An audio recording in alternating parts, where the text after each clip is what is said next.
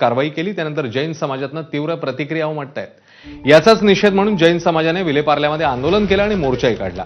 पालिका कार्यालयापर्यंत काढण्यात आलेल्या मोर्चात मंत्री मंगल प्रभात लोढा तसंच आमदार पराग अळवणी हे सहभागी झालेले। दरम्यान उपमुख्यमंत्री एकनाथ शिंदे उद्या विलेपार्ल्याला जैन मंदिरात जाणार आहेत। तर आज झालेल्या सगळ्या आंदोलनानंतर महापालिकेने मंदिराला तात्पुरता दिलासा दिलाय। आजपासून मंदिराची पूजा करण्यास पालिकेने परवानगी दिली आहे।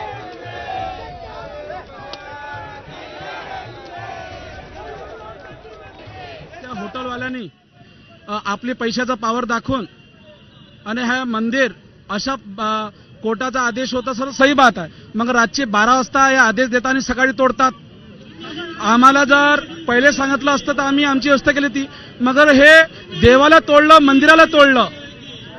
परंतु आज जे बीएमसीचे अधिकारी आहे त्यांना निष्पीठ व्हावं आणि हे मंदिर पुन्हा इथं बनावं। और इसके अंदर बहुत बड़ी पॉलिटिशियन ताकत लगी हुई है जब जाके इतना बड़ा हुआ है। बराबर शेवटचा संदेश आमचे एकनाथ शिंदेजी आणि देवेंद्र फडणवीसला एकच संदेश आहे, अशी मंदिर दुबारा तुटले नाही पाहिजे। हा जे काही झाला ते अतिशय चुकीचा होता। हा जुना एक कोर्टामध्ये न्यायालयामध्ये वाद होता। त्यामध्ये ज्या पद्धतीने ज्या क्षणी कोर्टाचा स्टे ऑर्डरचा आदेश आला त्या क्षणी त्याने बुलडोजर टाकून ते सर्व मंदिर तोडून टाकला 10 मिनिटात। हा नादिरशाही आहे। ती अधिकारीवर कारवाई केली पाहिजे आणि मंदिरची पुनर्स्थापना केली पाहिजे।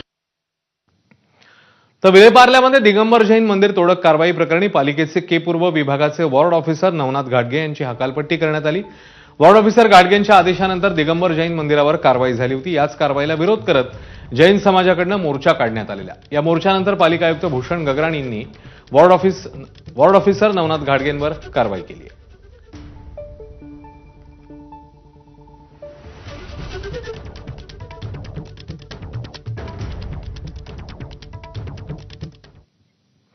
मुंबईकरांवर यंदा देखील पाणी कपातीची टांगती तलवार आहे, कारण मुंबईला